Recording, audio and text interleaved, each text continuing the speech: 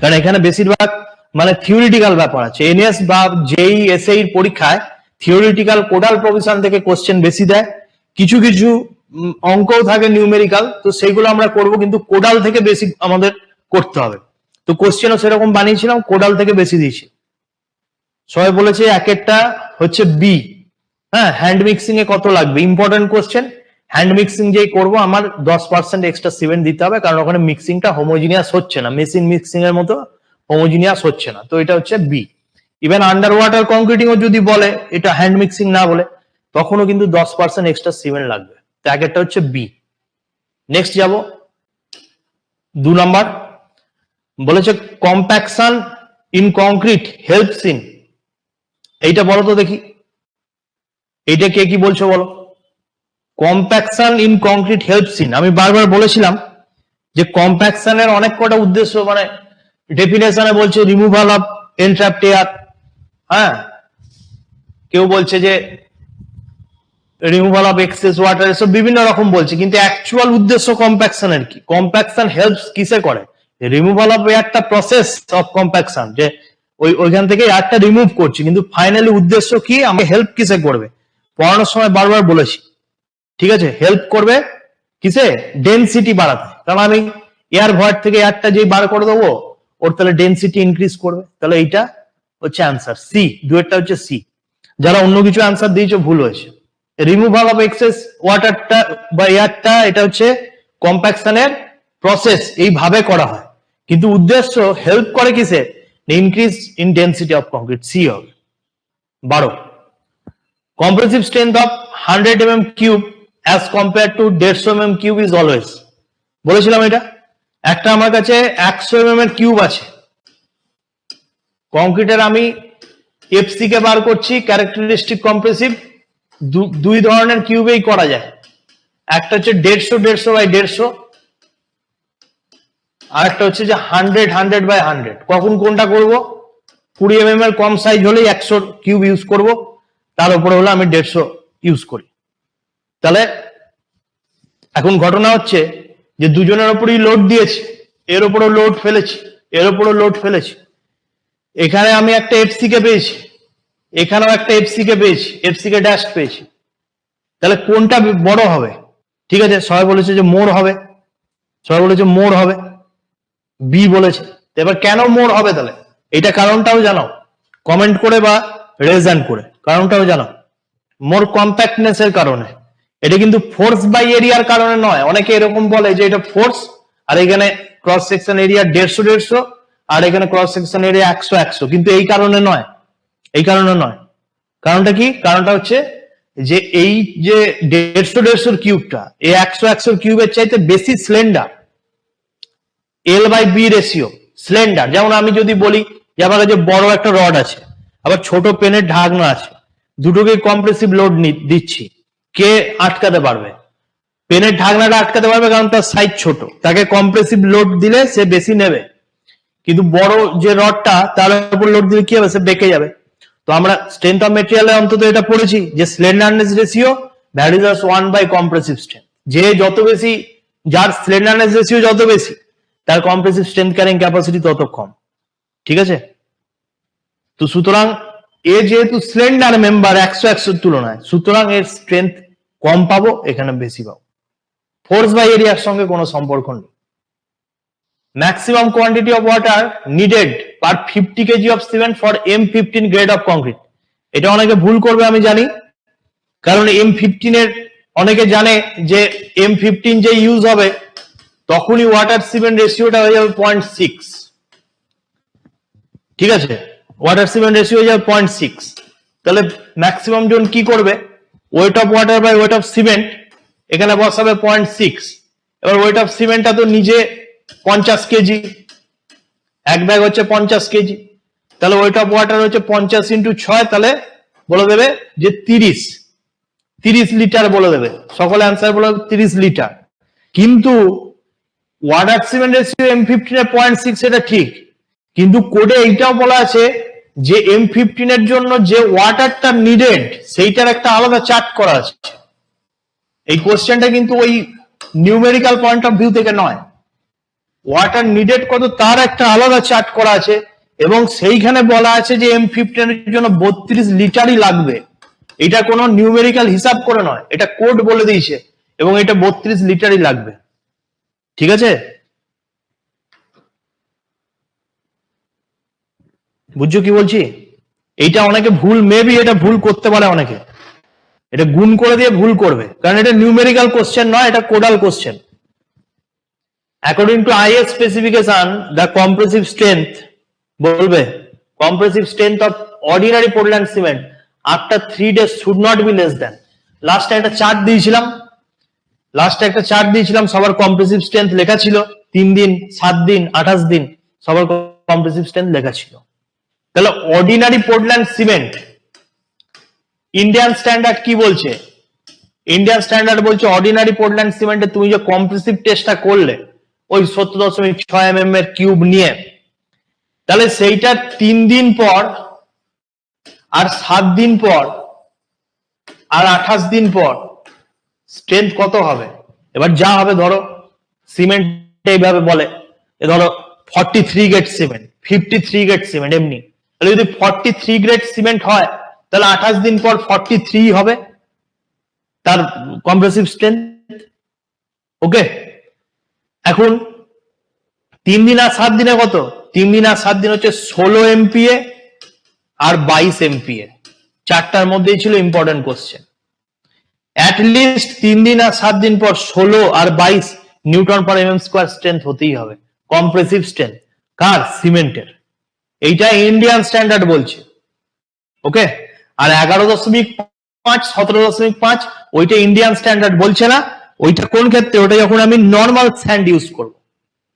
এইটা আমি standard Ennore sand use যখন করবো তখন এই রেজাল্টটা পাবো। আর যদি আমি আমার লোকাল স্যান্ড ইউজ করি তাহলে তখন একটু কম পাবো, তখন 11.5, এই 16টা হয়ে যাবে 11.5 আর 22টা হয়ে যাবে 17.5। কিন্তু যদি আমার আইএস কোড বলে তো অলওয়েজ অ্যান্সার হবে 16 আর 22, 11.5 হবে না।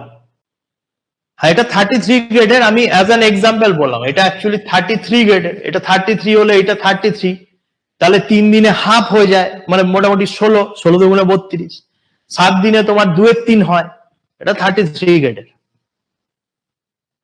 Stress strain curve of high tensile steel, হ্যাঁ এটা ডিটেল বলেছিলাম যে হাই টেনসাইল স্টিলের কোনো ডেফিনিট ইল্ড পয়েন্ট পাওয়া যায় না, এইরকম দেখতে হয়ে যায়। তাহলে ডেফিনিট ইল্ড পয়েন্ট পাওয়ার জন্য আমাকে কি করতে হয়? 0.002 অথবা 0.2% প্রুফ স্ট্রেস নিয়ে ইল্ড পয়েন্ট নেওয়া। ঠিক বলেছে, সকলে ঠিক বলেছে।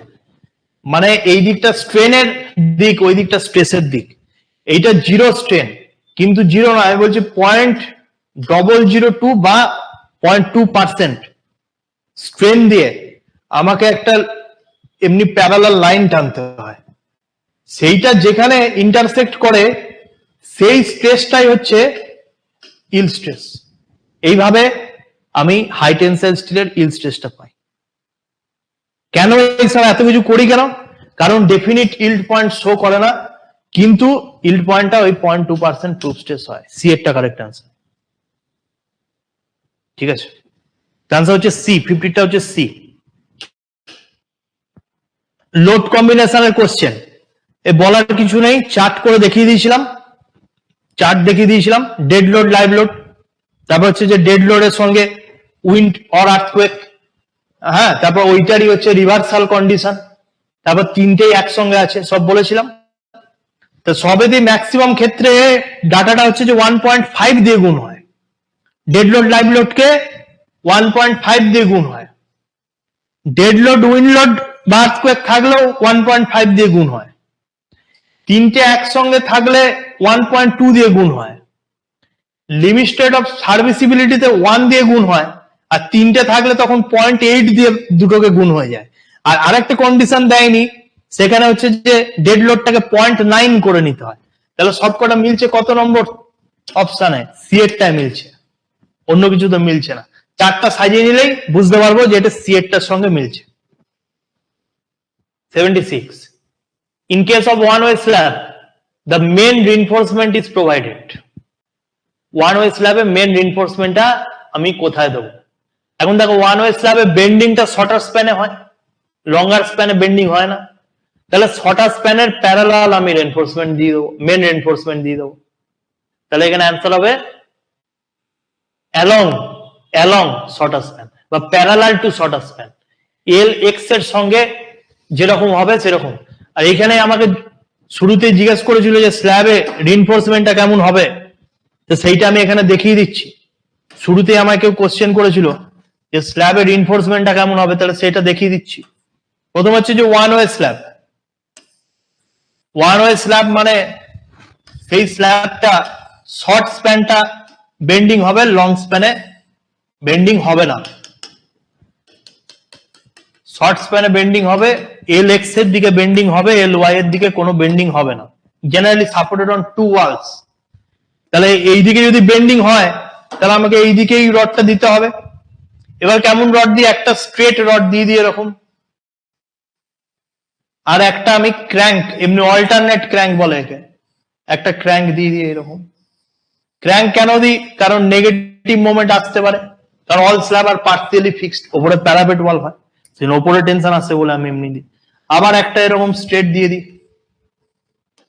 আবার একটা এমনি ক্র্যাঙ্ক দিয়ে দেবো,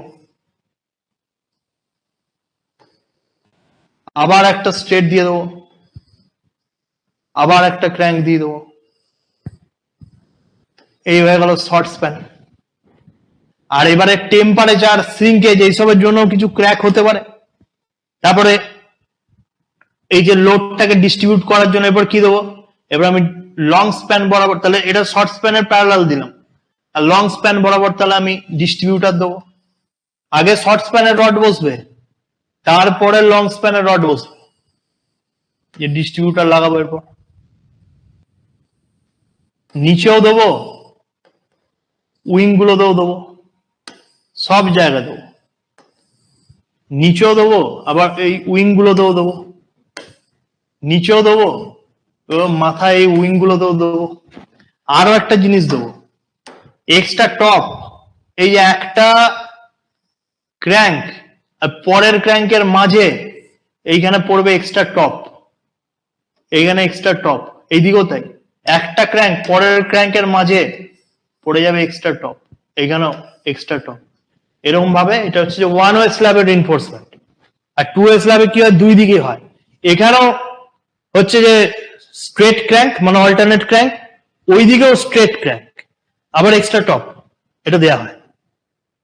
next, to determine the modulus of rupture the size of test specimen is. জানতে হবে আগে মডুলাস অফ রাপচার মানে কি। বলো, মডুলাস অফ রাপচার মানে flexural tensile strength in concrete, তাই না? টেনসাইল স্ট্রেংথ নয়, flexural tensile strength in concrete, F C R. Modulus of rupture মানে এফসিআর, যেটা কিনা যেটা কত হয়, 0.7 রুট ওভার এফসি কে হয়, 0.7 রুট ওভার এফসি কে হয় এফসিআর। এবং এর যে টেস্ট স্পেসিমেন সেটা 150 বাই 700 হয়, মাথায় থাকবে। Which of the following type of concrete mixer is commonly used in precast concrete? Precast concrete আমি প্যান টাইপ মিক্সচার ইউজ করে থাকি। বি, অ্যান্সার হচ্ছে এটা বি। 98, এই যে ছবিটা দিয়েছে, এই ছবিটা কি ধরনের স্লাম্পকে বুঝিয়েছে? আমি যেই মোলটাকে তুলে নিয়েছি ও এরকম ভাবে ভেঙে পড়েছে, তাহলে এই ধরনের স্লাম্পকে বলে কোলাপস স্লাম্প। যদি প্রপারলি ভেঙে পড়তো বলতাম ট্রু স্লাম্প, যদি একদিকে ভেঙে পড়তো আর একদিকে থাকতো তাকে বলতাম শিয়ার স্লাম্প, আর যদি পুরোটাই ভেঙে পড়েছে তাহলে তাকে বলছি আমি কোলাপস স্লাম্প। ঠিক আছে, কোলাপস স্লাম্প ডিটারমাইনের জন্য মানে ওয়াটার সিমেন্ট রেশিও বেড়ে গেলে এইরকম হয়, এইটা ডিটারমিনেশনের জন্য আমাকে ফ্লোটেবল অ্যাপারেটাস টেস্ট করতে হয়। ওকে, 109, the length of straight portion of a bar beyond the end of the hook should be at least, হুকটা এইরকম হয়ে আছে, তো এই হুকের এন্ড থেকে এই স্ট্রেট পোর্শনটা অ্যাট লিস্ট কত হতে হবে, সব এগুলো বলে দিয়েছি পড়ানোর সময়। 4 টাইমস 4 5 হতেই হবে, 4 5 কোডে বলা আছে। C, 109 C. 110, spacing of stirrups in rectangular beam is. দেখো এখন কিছু বলে দেয়নি মানে simply supported beam. Simply supported বিমের যত সেন্টারে আসি তত শিয়ার স্ট্রেস কমে যায়, শিয়ার ফোর্স ডায়াগ্রাম জিরো হয়ে যায়। তো স্পেসিং অফ স্টিরাপটা কি হবে, যত সাপোর্টে থাকবো তত বেশি স্টিরাপ হবে ঘন ঘন, যত সেন্টারে যাব স্টিরাপের নাম্বার কম হবে। তাহলে স্পেসিং কি হবে, স্পেসিং সাইডে বা সাপোর্টে মিনিমাম হবে, আর সেন্টারে কি হবে, বেড়ে যাবে, স্পেসিং বেড়ে যাবে, increased at the centre of the beam. Spacing কি হবে, বেড়ে বেড়ে যাবে, যত সাপোর্টের কাছে থাকবো তত ক্লোজ স্টিরাপ, স্পেসিং কম, কারণ এখানে শিয়ার স্ট্রেসটা বেশি। যত মিডিলে যাব স্পেসিং বেড়ে যাবে, স্টিরাপ নাম্বার কম, কম নাম্বার ইউজ করব। ঠিক আছে, নেক্সট হচ্ছে যে the cementing property of cement is mainly due to, দেখো সব সিমেন্টিং প্রপার্টি যা দেয়, লাইম দেয়, 63% থাকে, লাইম ক্যালকেরিয়াস মেটেরিয়াল একদম, যা সিমেন্টিং প্রপার্টি দেয় লাইম দেয়। Gypsum is added at the time of grinding of cement clinker for the purpose of, cement যখন তৈরি হচ্ছে, ম্যানুফ্যাকচার হচ্ছে মিলে, তখন at the time of grinding, যখন সিমেন্টকে গুঁড়ো করছি, বল মিলে যখন গুঁড়ো করছি, গ্রাইন্ডিং করছি, তখন জিপসাম মেশানো হয়। কেন মেশানো হয়, যেন সিমেন্টটা তাড়াতাড়ি জমাট না বেঁধে যায়। তো কি কারণে মেশায়, to improve, to delay the setting, to delay the setting, সিমেন্টের সেটিংটা যাতে তাড়াতাড়ি না হয়, সেই জন্য আমি জিপসাম মেশাই, এবং 2 থেকে 3% মধ্যে লিমিটেড রাখা হয়। ঠিক আছে।